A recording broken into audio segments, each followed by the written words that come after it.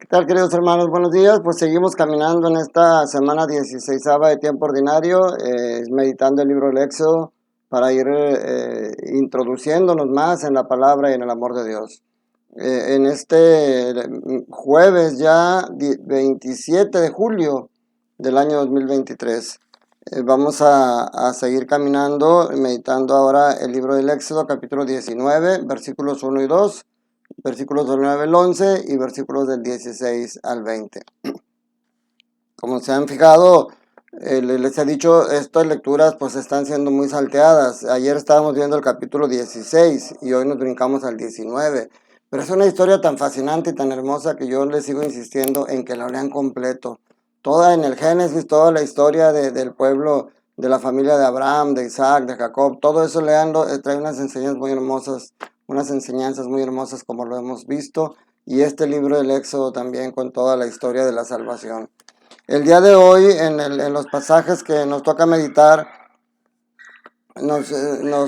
podemos ver ese resumen y el sentido de lo que fue la liberación. Dios escuchó el clamor del pueblo y Dios los va a liberar de la esclavitud de Egipto. Pero todo tiene una razón de ser. Desde la manera como Dios ve a Moisés, cómo lo envía, cómo a través de las plagas logra sacar al pueblo de la esclavitud, cómo atraviesa el Mar Rojo, cómo entran en el desierto y pasan por muchas pruebas y señales. Pero todo eso, la liberación más el caminar por el desierto, era una preparación para el encuentro de Dios y su pueblo. Ya lo saqué, ahora me voy a hacer presente con ellos.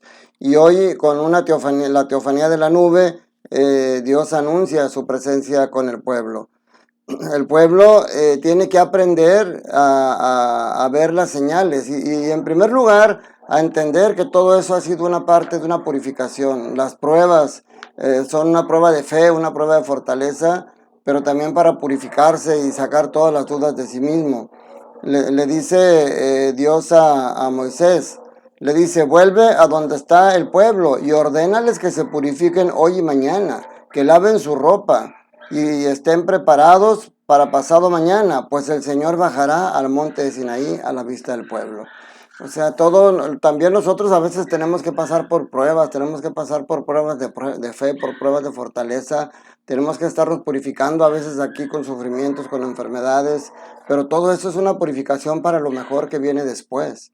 Entonces, hoy el pueblo tenía que aprender a ver las señales de la presencia de Dios, los truenos, las trompetas, los relámpagos, todo eso anunciaba que ya el Señor estaba cerca. Y así también nosotros tenemos que aprender a ver las señales de la presencia de Dios en nuestra vida.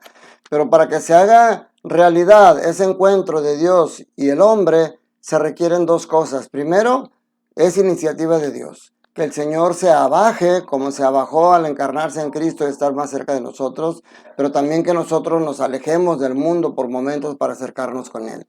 Y eso queda representado en la última parte, en los últimos renglones, las últimas palabras de este pasaje. Dice, el Señor bajó a la cumbre del monte y dijo a Moisés que subiera. Se fijan cómo es un doble movimiento. De nada sirve que Dios baje y que Dios se acerque si nosotros permanecemos en nuestra comodidad, permanecemos en nuestro estado de confort. Y a veces hay que dejar eso para acercarnos a Dios. Termina con esa gran enseñanza. El Señor bajó a la cumbre del monte, pero le dijo a Moisés que subiera. Por eso Jesús, algunos de sus momentos más importantes fueron en el monte y donde hace que la gente suba y esté con él para escuchar su mensaje. En el Evangelio de hoy, San Mateo capítulo 13, versículos del 10 al 17, el Señor ha estado hablándoles en parábolas y sus mismos discípulos, quizá un poco sorprendidos de que fuera así, les preguntan, ¿por qué les hablas en parábolas? Y el Señor les deja claro una cosa, el reino de los cielos es un misterio que solo es percibido por los que lo escuchan con buena voluntad, los que tienen el corazón abierto para recibir el mensaje, y normalmente, como hemos visto anteriormente, eso es más en los pobres, en los humildes, en los pecadores, porque los escribas y los fariseos se sentían ya llenos de conocimiento, eran soberbios y por eso ellos no entendían, y mucha de la gente en general, y por eso el Señor les hablaba en parábolas. Pero el Señor deja ver claro que la sustancia del reino es Jesús, la esencia de lo que es el reino. Muchas veces decimos el reino de los cielos es un lugar donde vamos a ir. Y es muy probable que así sea. En la casa de mi Padre hay muchas habitaciones, dice Jesús. Pero también en otros pasajes deja claro que el reino es Jesús. El reino de los cielos es una persona. Por eso dice, yo les aseguro que el reino de los cielos ya está aquí entre ustedes. Entonces, ese es el misterio del reino de los cielos que solo puede ser acogido con aquellos que lo recibimos con una buena voluntad y con un corazón abierto. Pero la sustancia del reino es Jesús en dos sentidos, en su persona y en su palabra. Y nosotros tenemos que estar cerca de ese reino, cerca de Jesús, tanto en su persona como en su palabra. Y muchas veces en su persona creemos que estamos cerca porque oramos, porque le pedimos, rezamos el Padre Nuestro todos los días, pero nunca leemos la palabra de Dios. Y cuando vamos a misa estamos distraídos, ni siquiera la escuchamos bien ni la meditamos. Y para que nosotros podamos acoger el reino en su plenitud, tenemos que acogerlo a Jesús en los dos sentidos, en su persona y en su palabra. A veces la palabra no es muy clara para nosotros. Dice, el día de hoy dice un pasaje que yo cuando era más joven, sí me sacaba un poquito de onda, como dicen los jóvenes. Dice, al que tiene se le dará más y nadará en abundancia, pero al que tiene poco, aún ese poco se le quitará. Yo dije, qué raro, qué misterioso. ¿Por qué al que ya tiene, de por sí que tiene mucho en abundancia, le van a dar más y al que tiene poco se lo van a quitar? Un poco me ayudó a entender esto la parábola de los talentos. Al que más le dieron 3. Y a ese que le dieron 3 talentos, que los puso a trabajar y produjo otros 3, el Señor le dio la abundancia del reino. Pásale a ocupar la habitación. En cambio, al que le dieron menos, que era 1, ese fue mezquino con ese talento que Dios le dio y lo escondió. Y por eso aún eso poco que tenía se lo quitó y se lo dieron al que trabajó más. Entonces, no es tan misterioso cuando lo analizamos así. El Señor te ha dado tantas cosas, pero si tú no los aprovechas en ti, pues entonces eso que Dios te dio va a redundar en bendiciones para otras personas, porque otros son los que están aprovechando los talentos que Dios le dio. Por eso también dice algo aquí muy, muy duro para mí. Dice, este pueblo ha endurecido su corazón, ha cerrado sus ojos y tapado sus oídos con el fin de no ver con los ojos ni oír con los oídos, ni comprender con el corazón.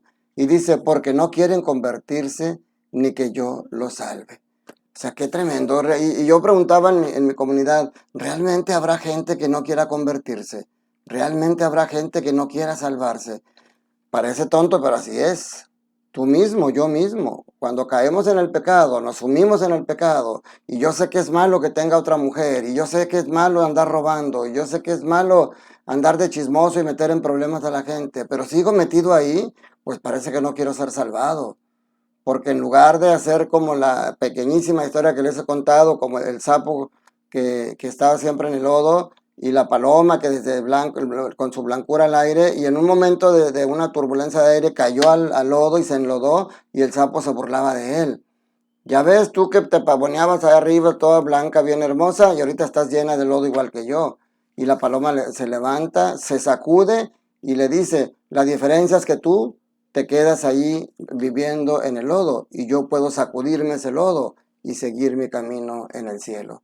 Y eso es lo que el Señor quiere de nosotros constantemente, por eso sus enseñanzas. Y por eso también les dice, dichosos ustedes porque sus ojos ven y sus oídos oyen. Yo les aseguro que muchos profetas y muchos justos desearon ver lo que ustedes ven y oír lo que ustedes oyen y no lo oyeron. A veces yo digo, ¿cómo me hubiera gustado vivir en los tiempos de Jesús para verlo, para platicar con él, para que me toque? Y después digo, qué tonto, el Señor lo ha dicho. Y le dijo a Tomás, Tomás, dichoso, tú crees porque has visto, dichosos los que creen sin haber visto. Y yo veo todos los días al Señor Jesús en la Eucaristía. Y yo indignamente en la misa tengo la sangre de Cristo en mis manos, en el cáliz, mientras el sacerdote tiene el cuerpo de Cristo y juntos participamos en el momento tan hermoso de la consagración. Yo soy dichoso porque lo puedo ver y tú eres dichoso porque lo puedes ver. En la celebración de la palabra, yo soy dichoso porque lo puedo predicar y porque puedo tenerlo en mis manos y decirle a la gente, hermanos, este es Jesús, este es el Cordero, este es el que dio la vida por ti.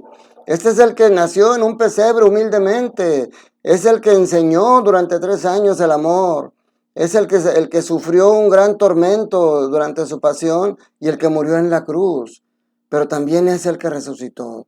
Por eso es el que te consuela cuando tú estás sufriendo. Es el que te fortalece cuando estás débil. Es que el que te saca del lodo cuando tú tú no te puedes salir. Él es el Cordero de Dios, el que quita el pecado del mundo. Dichos somos nosotros porque lo podemos ver, tocar, incluso lo podemos introducir a nuestro cuerpo a través de la Sagrada Comunión.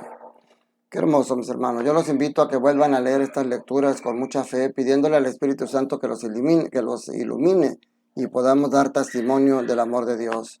Sepamos que cuando es el momento de la prueba, es momento de la purificación, pero normalmente, como pasó con el pueblo de Israel, todos esos momentos son una preparación para el encuentro con el Señor. Que la bendición de Dios Todopoderoso, Padre, Hijo y Espíritu Santo, descienda sobre ustedes, sus familias, trabajos, escuelas y permanezca para siempre. Que tengas un buen día. Recuerda, Dios te ama y Dios quiere que seas feliz.